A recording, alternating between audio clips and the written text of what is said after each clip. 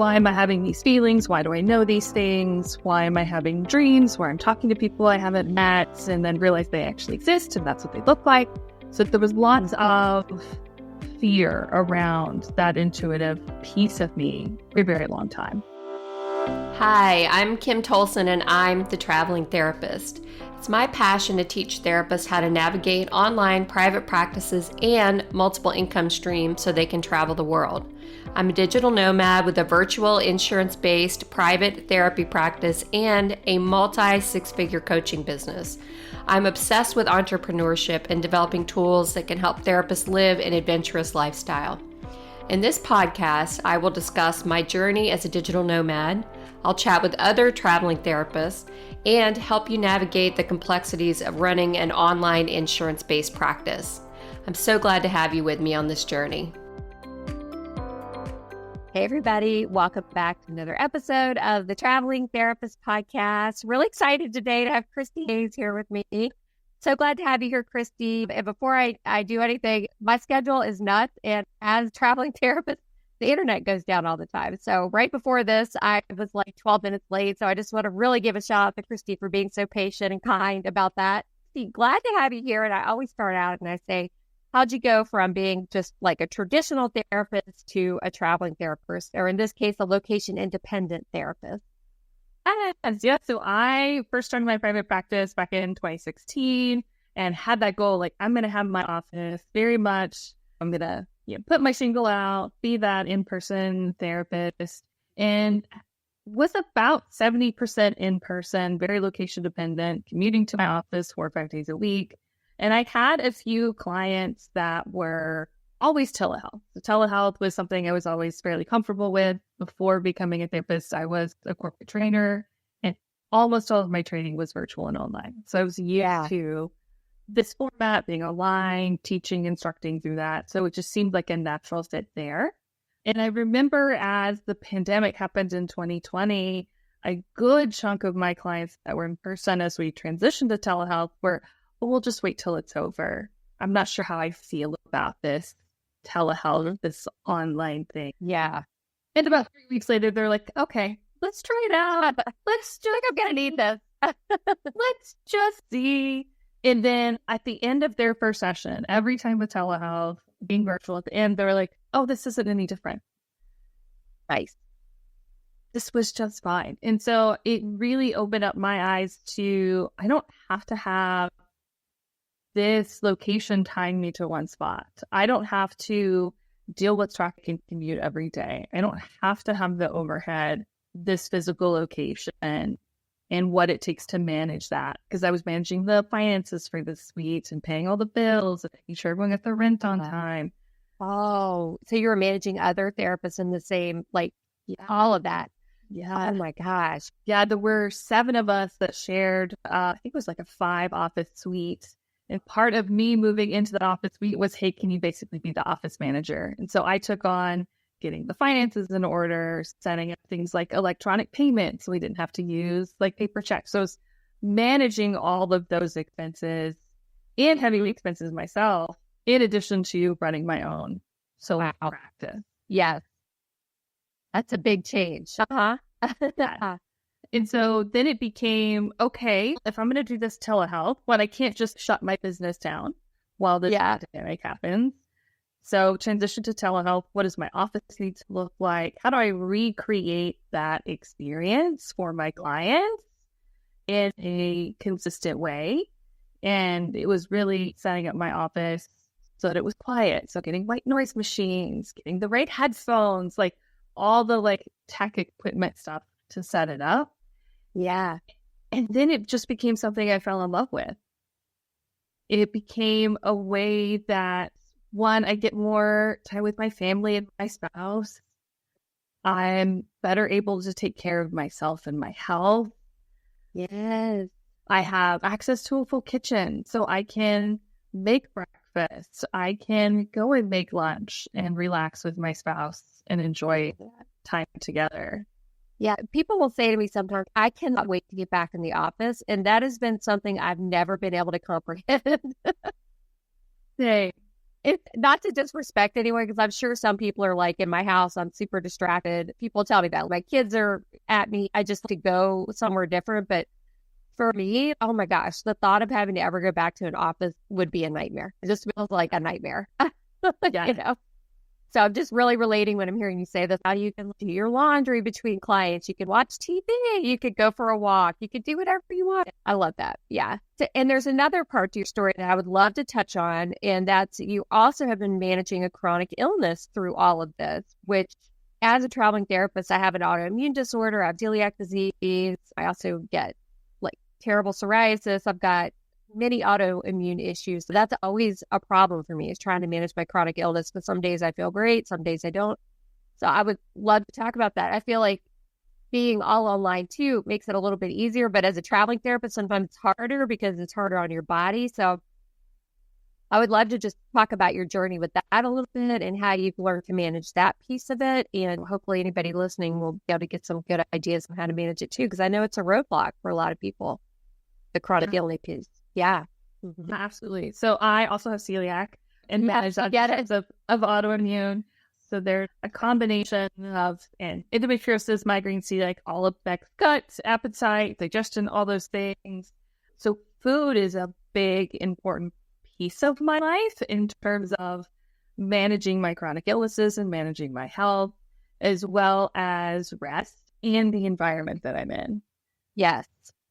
And I find that being out of the office, being home, or being wherever my home is, having access to my kitchen so that I can make food instead of, if I'm in an office, is it a frozen meal or am I getting takeout? Probably getting cross-contamination. Like, how safe is that food? Yep. So being home allowed me new ways to be able to take care of my body and take care of my health.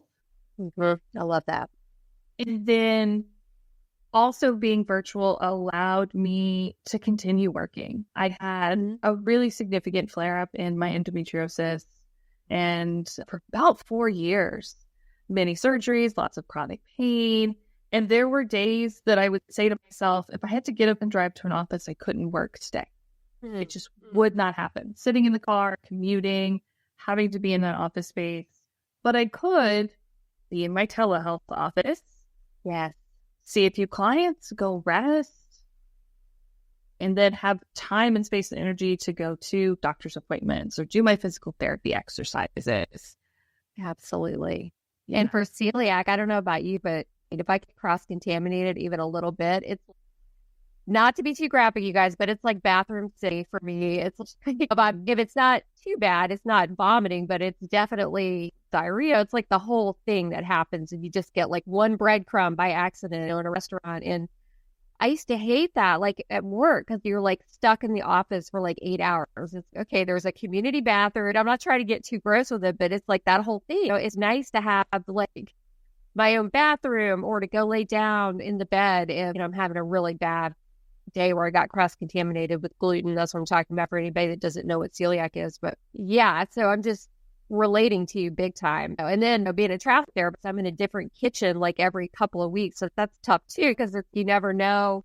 You think we bring our own pots and pans, and I try to be careful, but still there's risk of cross-contamination with that celiac. And it gets you, man. You're tired, your joints ache, you feel sick.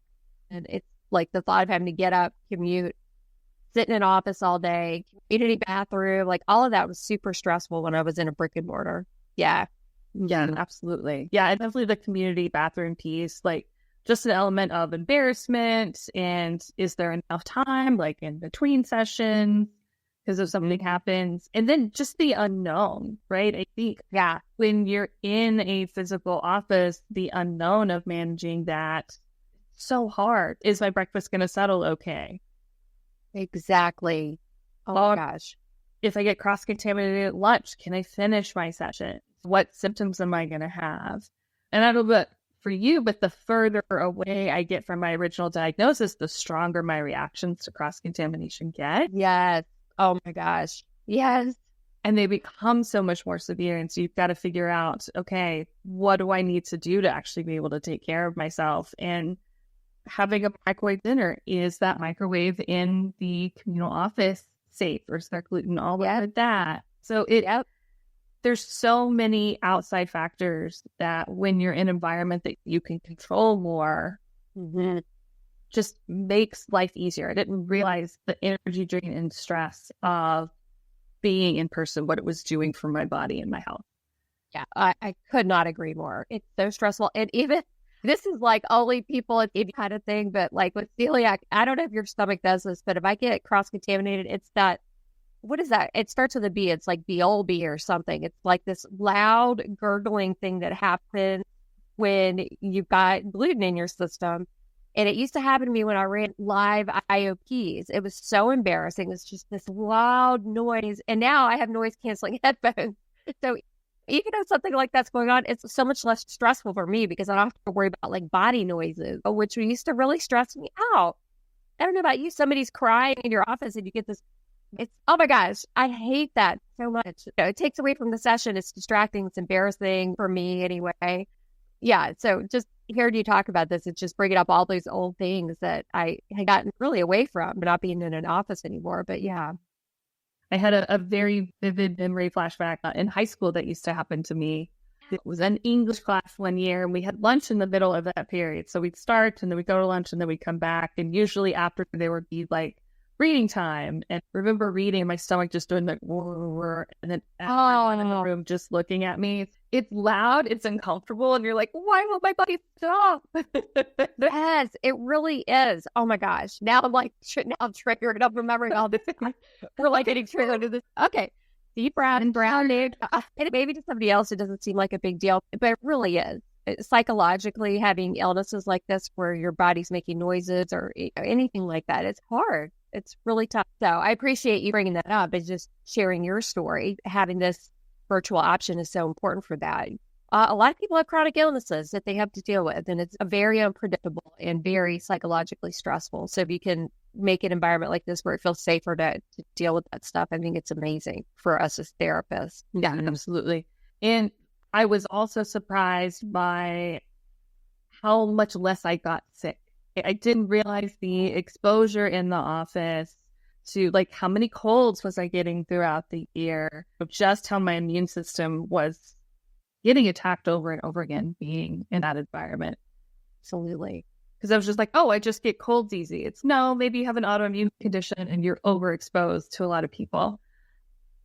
Such a good point. Yep. Oh, that's so true. Like I could have counted like every year I would have like severe bronchitis like 3 times a year, no matter what. But I don't get that anymore, really. I'm not sick like that anymore. I hadn't even really thought of that. But yeah, that's a huge plus for the online thing for sure. Yeah. Okay, so we could talk about this probably forever. Anytime I talk to somebody with chronic illness, I'm like, and this, and then this. But what else? So I was reading in your bio too that you do have this cool aspect that you incorporate into your work, and that's the intuitive piece. That really stood out to me. And I don't even know if you want to talk about it today, but I think that's super cool. And I'm just curious how you incorporate that in, because a lot of people still have a hard time, therapists have a hard time sometimes getting out of the box of I have to be CBT, I have to do this. I wonder if you incorporate that into your work with clients, or if it's just like part of you and you don't really talk about that piece with your clients. I'd love to talk about that some if you're interested. Yeah, absolutely. The intuitive piece, fully accepting that, has been really a journey from, I grew up in a very conservative, high control religion.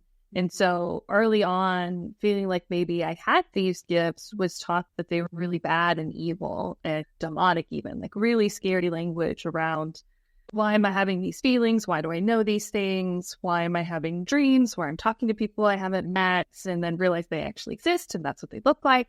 So there was lots of fear around that intuitive piece of me for a very long time. Mm-hmm. And then in grad school, as I became this healer, getting into therapy, wanting to help other people, there was also this message of those things are maybe pathologized. Those things are maybe delusions. So then it became very shame-based. Yes. No, you shouldn't have these things, that maybe they do mean you're mentally ill. And it was like, okay, all right, so these things are bad. So there was that continued message of these things are bad. And they're not true. They're not good. Running your own practice is hard. That's where Owl Practice swoops in. Owl is a comprehensive, HIPAA-compliant solution created specifically with mental health providers in mind to help you. Meet with your clients virtually through video therapy, manage client appointments and client records seamlessly, streamline your claims process with Owl's integrated insurance and claim capabilities, and communicate with clients securely through Owl's client portal. Let Owl handle the heavy lifting so you can provide quality care to your clients. Visit owlpractice.com/Kim Tolson to claim a special offer of 50% off your first 6 months.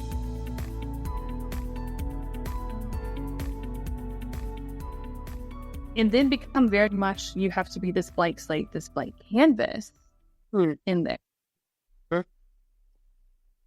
And then some things started happening. I would be in session and I would be like, I know we're talking about this, but I want to ask you about this thing. And I would no clue where it come from. Or I would just know, hey, we're going to talk about something really deep today. Or you just start hearing things in my head of maybe I need to say this or do this. So the gifts just started showing up in different ways. And as I continued to heal from, hey, maybe that's really high control religion did you harm and told you wrong things, then it was, oh, okay, this is a gift I have. They aren't evil. They're not bad. Why are we pathologizing things that are maybe innate? In what ways has this been oppressed through generations? And so I haven't been allowed to have this piece and express it. Wow. And so it's been a journey to even accept and add that intuitive label on myself. Yeah. And then so one, openly use it in sessions. Some of my clients totally for it. Yeah. So it's one of those like meeting your clients where they're at, fully respecting their value systems. Like I'm not going to push this on them, even though I know that my gifts are part of why I am a helper and a healer. And it's helping them in session. I'm not going to push that narrative on them because they don't think it's helpful. And they haven't consented to that. Yeah. As well. Yeah. Good point. Yeah. So you started noticing it, you started to accept it, started to fully embrace it. And then did you do any trainings or anything to help grow it stronger? Or is it just like, I'm just working with myself to just be more in tune with what I'm picking up on?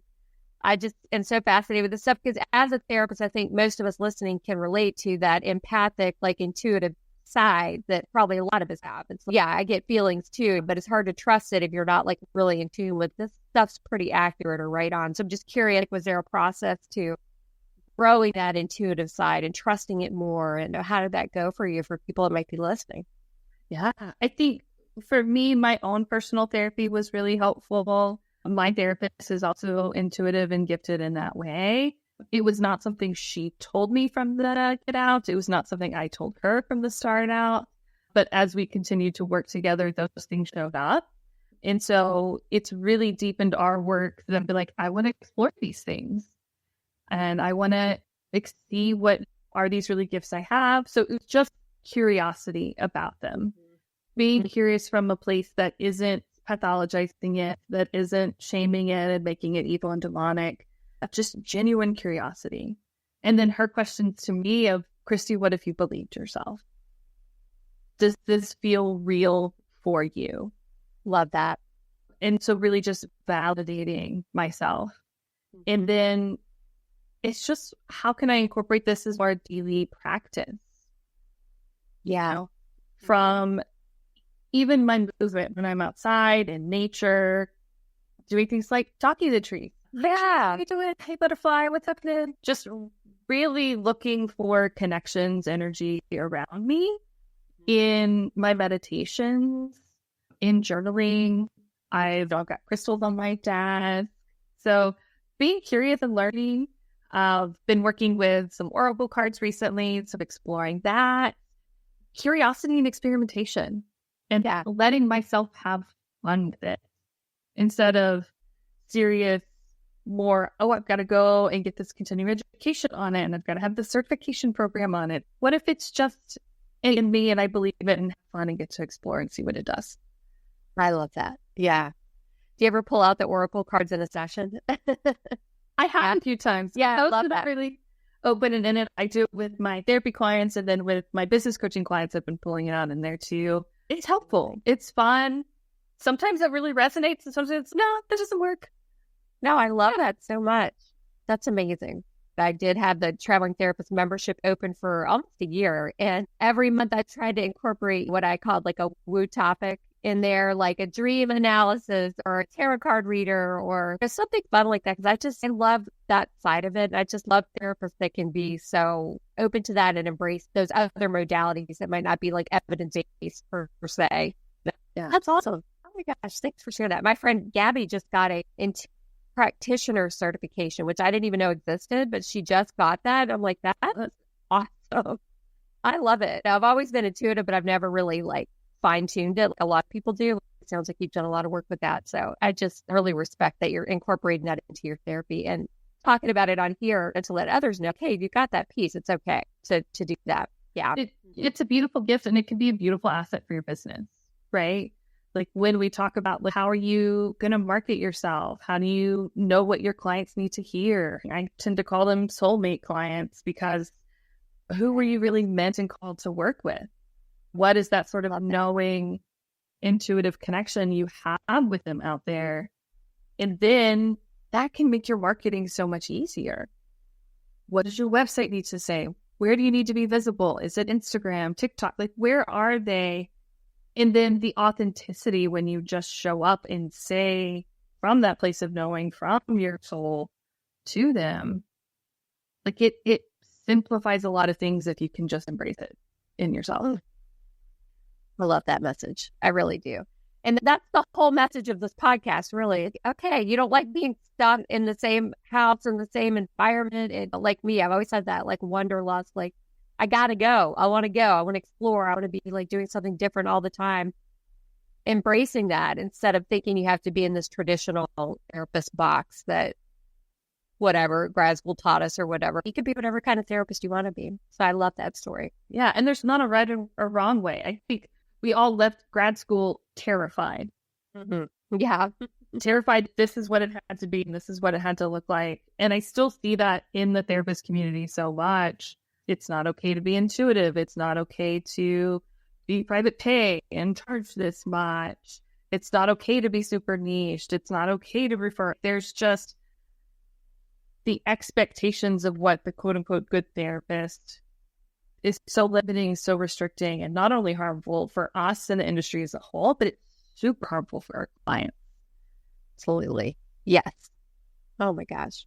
Yeah, we're that closed often, but what kind of work are we doing with clients? Not to judge anybody, but just saying, what's that saying in group therapy? You're only as open as your most closed member. I don't know if you've ever heard that before, but same goes with therapists, I think. You're only doing as much work as you can with how open you are. Yes. I had always told myself, and I can only take my clients as deep as I'm willing to go. So the further I am able to go in my own healing, my own exploration, the further I can help my client. And if I can free myself from these expectations, I know that they're in pain and struggling because of the expectations that they're trying to live up to. So I need to be in process of that work to show them and help them do that. Right. And to even be open to going there, like you said, even going there with a client. Right. Yeah. I love that message so much. Yeah. Thank you. But did we talk about, I'm trying to think, is there anything else you wanted to talk about today or you wanted to share? I would love for you to talk about that. Yes, please. Let's share about that. Amazing. Yeah. So along those lines, my journey to accept myself as an intuitive person, all the things in terms of my chronic health, recognizing that I am this very sensitive person. I have a lot of needs to be able to care for myself. I knew that therapists needed a really specific, different type of business coaching. Mm-hmm. Deep in the pandemic, I just got this stirring and calling of, I want to have a bigger impact. Who is helping the helpers right now? I remember feeling very alone as a therapist. It was like we were getting lots of love and support for doctors, nurses, essential workers, and rightfully so, where we were frontline too. Yes, we were frontline and holding everybody else together while collectively going through it. And I was like, where's the help support for us? What do we do here? So there was this just stirring in me of, I really want to help therapists. I want to help these helpers, but I didn't really know how. And it took a few years of exploration and development, but really wanted to help therapists have long-term sustainable private practices that really support them and uplift them, get them out of that cycle of burnout that happens because we're so high risk, not only being in a helping profession, but also being business owners. And then what other intersectionalities do you have? Do you have chronic illness? Are you sensitive to your environment or maybe neurodivergent? There's so many different intersections that make us super high risk for burnout. And if we aren't careful in how we set up and run our businesses, then we're not going to be able to run them for very long because they run us into the ground. Yes. Yes. I love that. So what does your coaching look like? Is it one-to-one or is it like a container, like a group container for coaching, or how does it work? Yeah. So it is a group coaching program. So we have recorded course where you can go at your own pace, walk you through really going through and doing an audit of your business. What are the things that are causing you burnout? Where do we maybe need to make adjustments? Do a lot in terms of embracing your gifts and yourself. Working on the mindset that gets in the way of you accepting that, mindset that gets in the way of money and finances. How do you do marketing that won't exhaust you, won't wear you out, that still feel aligned and not icky? I'll walk you through a website. What does your directory listings need to look like? What is your social media presence? All of those things. And then there's also group coaching calls. You get access to me twice a week for group coaching calls, Facebook, Messenger, email support. So really, you get the self-paced piece, and then you get access to me and the community of other sensitive, intuitive therapists in there. Love that. Wow. What's the name of your program? I don't think we said. Yeah. So the name of the program is Soulful Practice Academy. Oh, I love that. Yes. So soulful, that's my little play on words there. I love that. Oh, that's so good. Yes, amazing. Is it something you could join all the time, or does it have times when the doors open and the doors close? Enrollment is open. You can join at any time. You can get into my free Facebook group. I do weekly live trainings in there. I've got some free resources if you want to take a look there. Just get an idea of me, how I work, how I operate, and see if it's a good fit for you. What's the name of the free Facebook group in case people want to join that? Yeah, so the free Facebook group, you'll find it under Soulful Practice Academy. Gotcha. Yeah. Oh, fantastic. Yes. And we'll put all this in the show notes too, so you guys have access and can click through and hang out with Christie in her free group and her paid group if you want to. I love that soulful piece and really nurturing that those like innate abilities in parts of us that we try to suppress so much. So that's amazing. Yeah. Because there's such valuable assets in your business. If you embrace it and if you allow it, it can really help you. And so many decisions. Yeah. Love it. I'm going to go join if I'm not already a member. I'm a member in a lot of Facebook groups, but if I'm not, I'm going to go join right now. I'm excited to actually be a part of that. Thank you. Yeah. Thank you so much for taking the time today, and also me being like 12 minutes late to this. I really appreciate that. Anybody listening, if you want to go check it out, of course, everything will be in the show notes. And Christie, thanks so much for sharing. I especially love that chronic illness piece, and that you have that really deep, like knowing about how much it impacts people, because everybody's got something probably they're struggling with health wise. Yeah. It's so important to incorporate that piece. And I'm sure you must talk about it in your membership and your groups and all that stuff. Yeah. Because we're not paying, our body's trying to tell us. And if we're not paying attention, it's just going to keep shouting at us until it makes it stop. And so how can we pay attention sooner, really love and have lots of compassion for our bodies, even if we have chronic illness, which is hard sometimes. That not like powering through message. It's the message I keep hearing over and over again, because I'm so guilty of that. Like, I feel like crap, but I've felt like crap my whole life pretty much. I just learned that like power through, just do it anyway, even if you feel bad. And hearing you talk about it just is a good reminder for me too today, to just calm down, slow it down, take a break, and don't push so hard, because my body, I'm tired. I get tired. Yes, absolutely. Thank you. It was wonderful having you as a guest today. Thank you. It was great to be here. I appreciate your time. Thanks so much. Thank you so much for listening to the Traveling Therapist podcast. For show notes, links, and downloads, head over to thetravelingtherapist.com, where you'll be able to learn more about my journey, the courses I've created for you, and other exciting resources to make your dreams become a reality. If you've enjoyed this episode, please share with your traveling therapist friends, subscribe to the podcast, and if you love this episode, please leave a review.